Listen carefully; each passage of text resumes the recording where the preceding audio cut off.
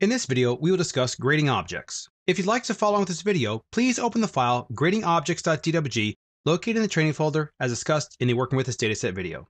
All grading objects will be defined by a set of grading criteria. Design criteria controls the geometry and behavior of your grading objects. In most designs, multiple grading objects with different criteria will be used to model your site. Grading groups need to live in a site. As you can see in our tourist parking lot, there's a category for grading groups.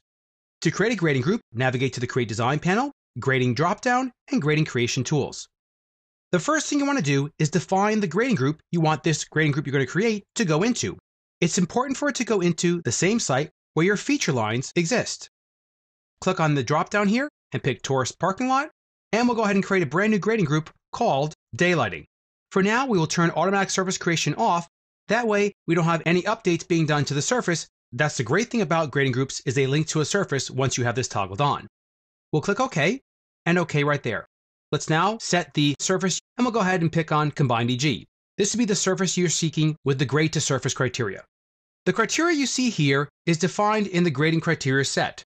This is defined in the Settings tab, Grading Category, and then we have Grading Criteria Sets.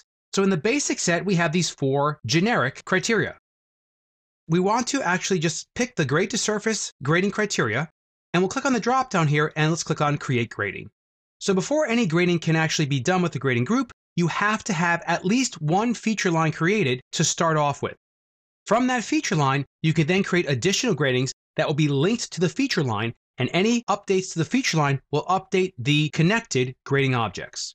We'll go ahead and pick the feature line there. Look at the command line window. It's asking us to select the grading side. We'll go ahead and pick the outside here. Notice how you can actually define a specific length-to-length area of where you want to do grading. Civil 3D will automatically transition gradings that aren't the same. So if you have a 2-to-1, let's say, going over here, and a 3-to-1 going over here, it'll transition them if you'd like it to. For now, we'll apply this to the entire length, and we'll say yes. What's our format? We'll just go with Enter for slope. Let's try a 4-to-1 first and see where this takes us with our proposed parking lot. For the fill, we'll do 4 as well. Press Enter, and you'll see the grading gets created automatically. If we were to move or make modifications to this feature line, it would automatically update the grading object. Press Escape to end the command. If we look at our 3D view, we notice that we're getting a little bit too much tie-in over here, so let's go ahead and actually edit this grading so we have a 2-to-1 instead. Click on the drop-down here and choose Edit Grading. All you have to do is simply hover over the area where there's a grading object, and Civil 3D will automatically find it. We'll go ahead and click here, and now we're actually editing those parameters used to create this grading object. We'll do a slope of 2-to-1 in the cut, and a slope of 2-to-1 in the fill, and our grading object will update automatically. Let's say that's the final grading that we want.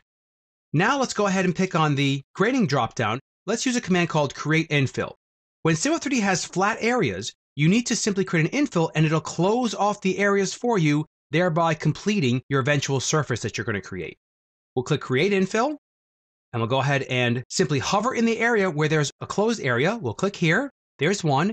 And if you look over here, there's actually another one because it does see that there's an area to close in here. We'll click there and press Enter. All we need to do is add in the different feature lines to our eventual surface. So now let's go ahead and turn on the surface creation for this grading group. Let's right-click on Daylighting and choose Properties. We'll toggle on Automatic Surface Creation, and we'll give this surface a style of 1:5 design. Click OK. OK there. And we do want to eventually do volume calculations, so we'll toggle on the volume-based surface. This is an automatic functionality if you toggle this on. We'll click OK. And there is our surface. So if we select this, right-click Object Viewer, the only thing left to do is bring in the feature lines to finish off the triangulation. So we'll go ahead and select this one here. We'll go ahead and select this one there as well. And we'll even pick the edge of the road here that we created initially.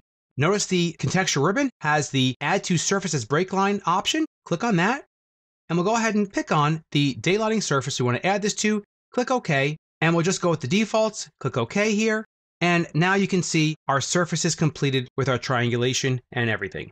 If you make any changes to your grading objects or the feature lines, the surface will update automatically.